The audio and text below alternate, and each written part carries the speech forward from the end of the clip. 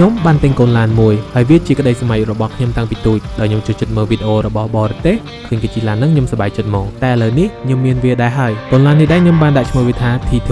T2 ផលិតនៅប្រទេសកូរ៉េឆ្នាំ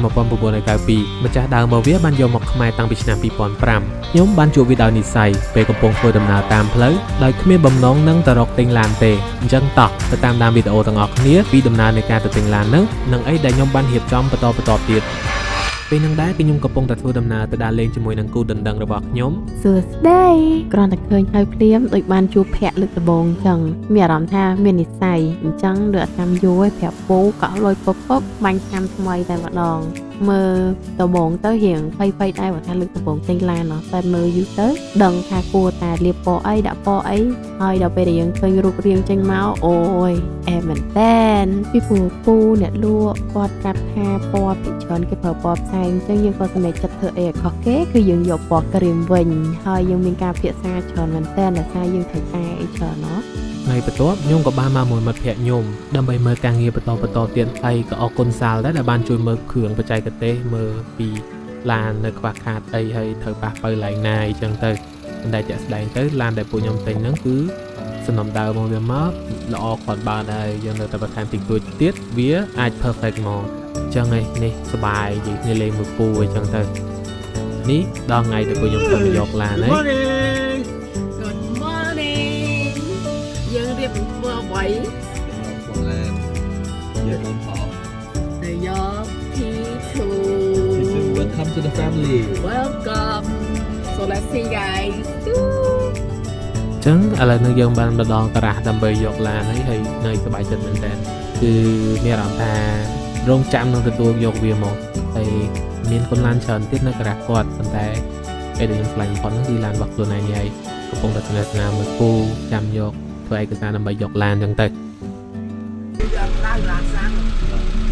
ខ្ញុំមកទៅមើលឡៃជាឡានទៀតខ្ញុំសប្បាយចិត្តដែលខ្ញុំហើការ៉ាស់ទិញឡានត្រូវហើយអរគុណពូដែលជួយផ្ដល់សេវីសដែលល្អហើយគាត់យកចិត្តទុកដាក់ជាមួយនឹងអីដែលយើងចង់បាន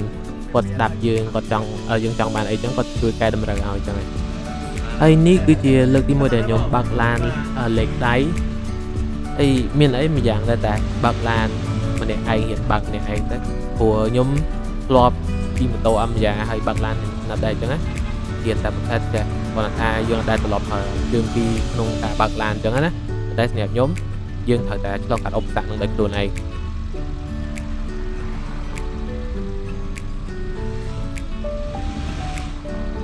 ហើយអ្នកទាំងអស់គ្នាគាត់តែមើលទឹកមុខខ្ញុំដឹងអីថារៀងអីដែរព្រោះទីលើផ្លូវធំរៀងមុខរៀងគេហៅថា insecure អត់ច្បាស់ថាបើកកើតអត់ប៉ុន្តែអត់អីទេអត់តែជីឡានដាក់លេខ9មកអត់មានជីទេ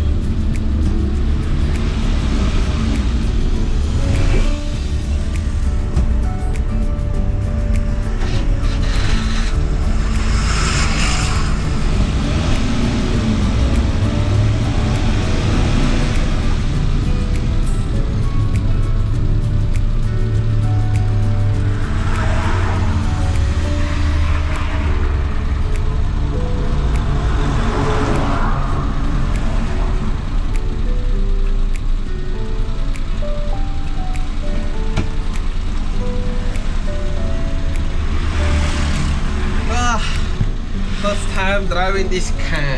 នេះនៅកាប៉ុងហើយអស់ហើយ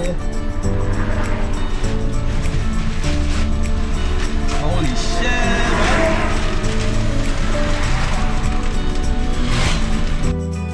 ចឹងបន្ទាប់មកខ្ញុំក៏បានយកឡានទៅចាក់តាំងហើយបន្ទាប់មកបន្តដំណើរទៅឲ្យគេចាប់ដាក់លេខថ្មីលើឡានហ្នឹងទៅហើយតែខ្ញុំទៅជួបម៉ាក់យាយខ្ញុំដើម្បីសុំពរជ័យពីគាត់សូមជ័យសួស្ដីបានទិញឡានថ្មីឡានចាស់ប៉ុន្តែជាអីដែលថ្មីសម្រាប់ខ្ញុំជាតកានេះដែរក៏សូមជូនពរម៉ាក់យាយដូចគ្នាម៉ាក់យាយសុខសប្បាយហើយសុខភាពល្អរហូតនៅមួយកូនចៅ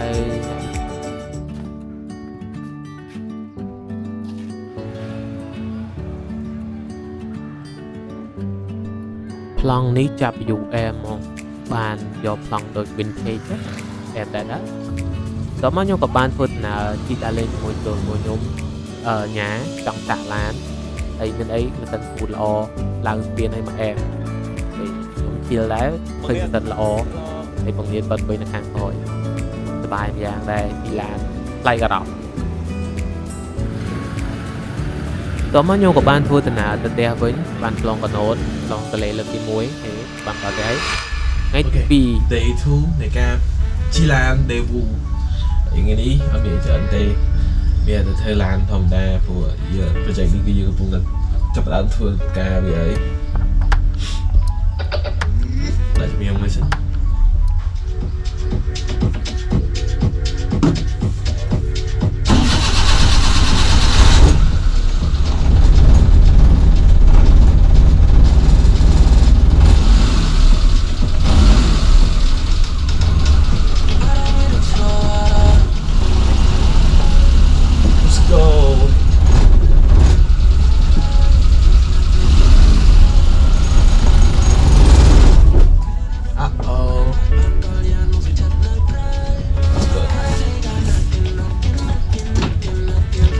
មួយសិន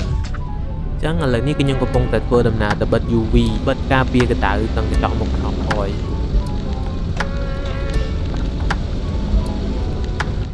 អរគុណទៅសវីខាងពូដែរដែលគាត់ជួយយកទៅទុកដាក់មួយឡានរបស់យើងដែរហើយមានអីពេលបិទស្កត់ទៅវាស្អាតម្យ៉ាងដែរវាឃើញរឿងmore detail ជាងមុនមួយកញ្ចក់ចឹងណា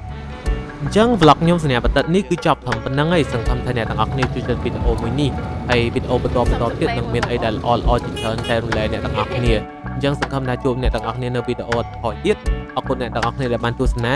ជួបគ្នានៅវីដេអូក្រោយបាយ